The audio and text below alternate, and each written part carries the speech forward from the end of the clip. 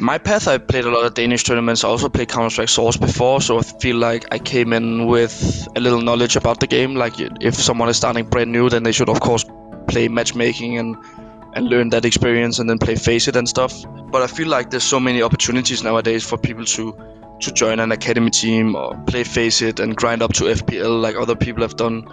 Like Rob's did. Like he came from nowhere and then came into FPL and then he joined a team, right? So and he's been on the team ever since.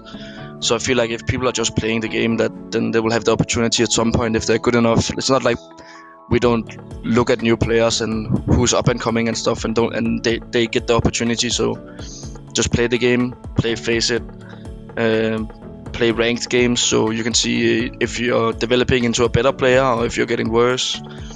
Just grind the game. Things changed since I'm a pro player.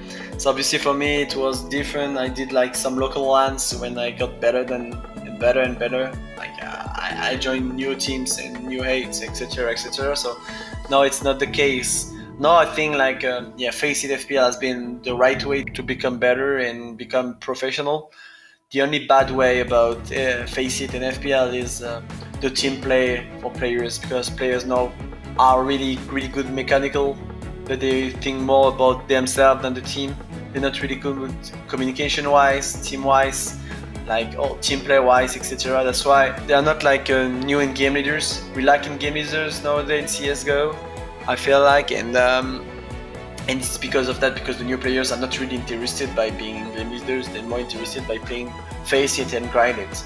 That's the right way, but they should have another way for people to just help them to get a better team play. I don't know what, but that's the thing. In the end of 1.6, I played a lot of like pro gathers. I met like Tapson there, for example, or Ligia, and they picked me up in the beginning of CS:GO, and I played with them my first German EPS season. Then I went to Mousesports Alternate after the season. Then I went to Mousesports. Then I went to Alternate.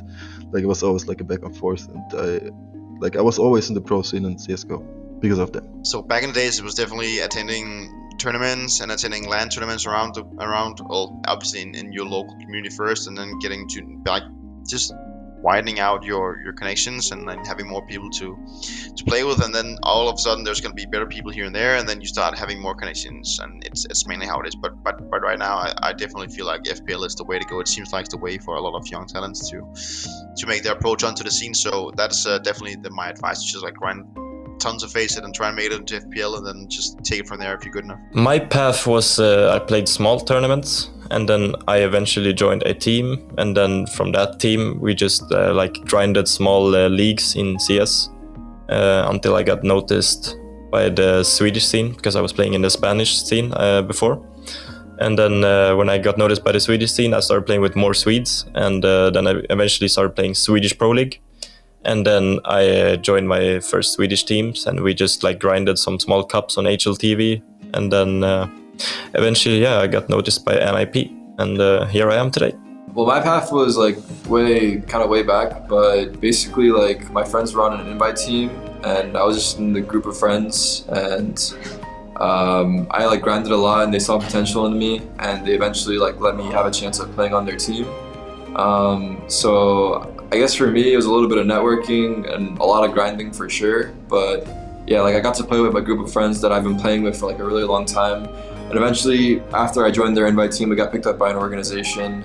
And that's when it was kind of like real for us to be like considered like, pros doing this as a job.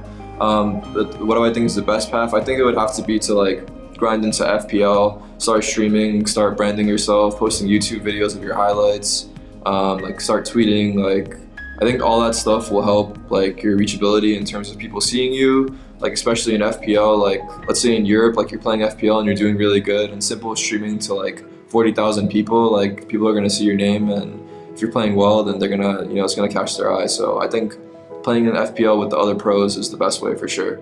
Yeah, I think I was just a serial killer, I guess. That's a hard question.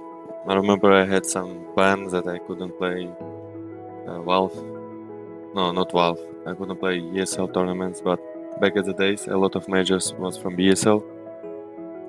So I just was practicing, trying to play FPL, trying to get some tournaments that I could actually play.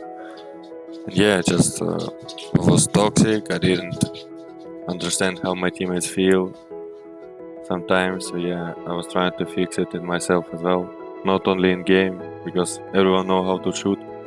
Like as I always say, it's like in basketball to hit twos or threes. Everyone know how to do it. Same in football, everyone know how to shoot the ball. So yeah, just trying to practice in everything outside of the game, trying to practice in more with my team, trying to practice myself. Like, yeah. I think the best path to become a pro in general is making sure you have fun playing the game. Because if you really want to become a professional in everything in life and you don't have fun doing it, you probably won't last enough to really be there.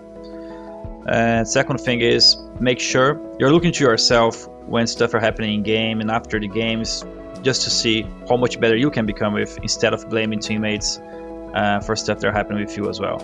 So these behaviors are important because it's going to make you learn fast instead of blaming other teammates and wasting opportunities to learn and get better at the game faster, right? So I think those two things are keys if you want to become better, and then putting dedication if you really like the game. Like the best journey for every player to have his own journey. So I don't know if he need to choose.